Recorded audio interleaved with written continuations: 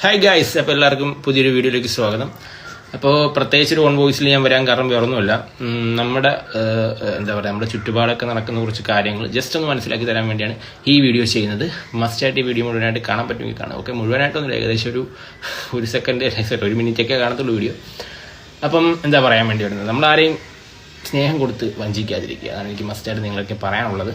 ആരെയും നമ്മൾ വഞ്ചിക്കാതിരിക്കുക. സ്നേഹം കൊടുക്കുകയാണെങ്കിൽ അത് പരിപൂർണമായിട്ട് കൊടുക്കാൻ ശ്രമിക്കുക. ആരെയും നിങ്ങൾ വഞ്ചിക്കരുത്. ഓക്കെ, അങ്ങനെ വഞ്ചിച്ച് കഴിഞ്ഞാലുള്ള പ്രശ്നം എന്ന് വെച്ച് കഴിഞ്ഞാൽ നിങ്ങൾ വഞ്ചിച്ചിട്ട് അങ്ങ് പോകും.